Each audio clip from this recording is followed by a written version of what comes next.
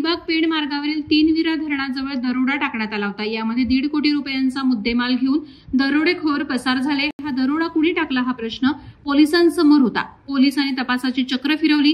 त्यावेळी जी माहिती पोलिसांच्या हाती लागली त्यावरून त्यांनाही धक्का बसला। त्याचं कारण म्हणजे हा दरोडा टाकणारे दुसरे तिसरे कोणी नव्हते तर पोलीसच होते हे तपासात समोर आलं। या दरोड्यातील 3 पोलीस रायगड पोलीस दलात कार्यरत होते।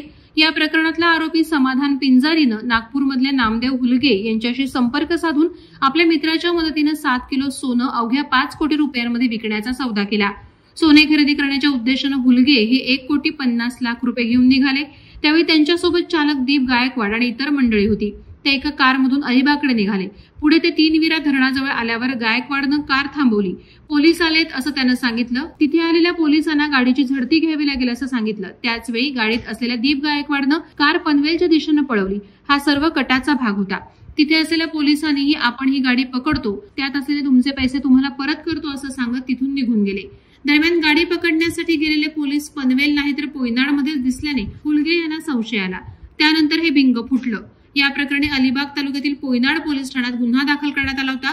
या गुन्ह्यात पोलीस हवालदार समीर म्हात्रे, विकी साबळे आणि सूर्यवंशी यांचा सहभाग असल्याची नोंद चौकशीनंतर पोलिसांनी केली आहे। येथील सूर्यवंशी हा रायगड पोलिसांचा कर्मचारी तर आहेच, पण अनेक वर्ष स्थानिक गुन्हे अन्वेषण शाखा अलिबाग पोलीस ठाणे येथे कार्यरत असल्याचं बोललं जातं।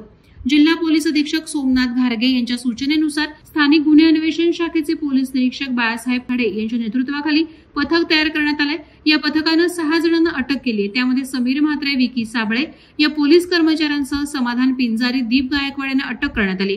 त्याने न्यायालयात हजर केलं होतं। शिवाय त्यांच्याकडून 1.5 कोटी रुपये जप्त करण्यात आले। वादळवाडा लाईव्हसाठी धनंजय कवठेकर, अलिबाग।